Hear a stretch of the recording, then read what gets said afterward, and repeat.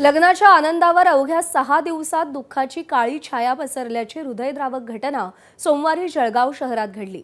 माहेरी जाण्यासाठी काकांसोबत दुचाकीवरून निघालेल्या 21 वर्षीय नवविवाहिता वैशाली भाऊसाहेब पाटील यांचा कवयित्री बहिणाबाई चौधरी विद्यापीठासमोरच्या रस्त्यावर भरधाव चारचाकी वाहनाच्या धडकेत जागीच मृत्यू झाला। त्यांचे काका रावसाहेब पाटील गंभीर जखमी झाले। वैशाली यांचा विवाह 7 जुलै रोजी मोठ्या उत्साहात पार पडला होता। देवदर्शन करून नुकतंच घरी परतलेल्या वैशाली सोमवारी माहेरी जाण्यासाठी निघाल्या होत्या। मात्र नियतीनं त्यांच्यावर घाला घातला आणि नव्यानं सुरू झालेला संसार क्षणार्धात उद्ध्वस्त झाला।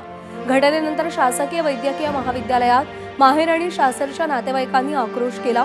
या प्रकरणी पोलिसांनी अपघातास कारणीभूत चारचाकी वाहनाचा शोध सुरू केला असून पुढचा तपास सुरू आहे।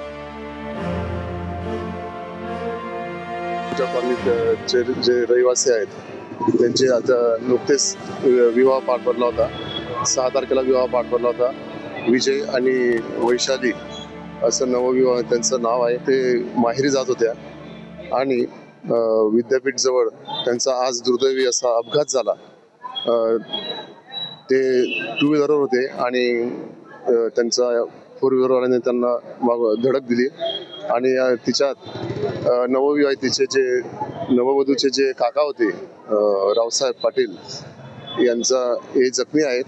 परंतु अत्यंत दुःखाची बातमी अशी की जी नवविवाहिता आहे ती दुर्दैवाने आता या जगात नाहीये आणि दुःखाचा डोंगर कुटुंबावर पसरलेला आहे।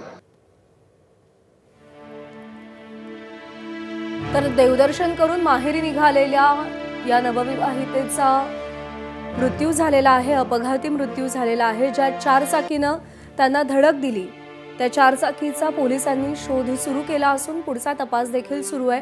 पण माहेर आणि सासरच्या कुटुंबियांवर मोठी शोककळा पसरलेली आहे।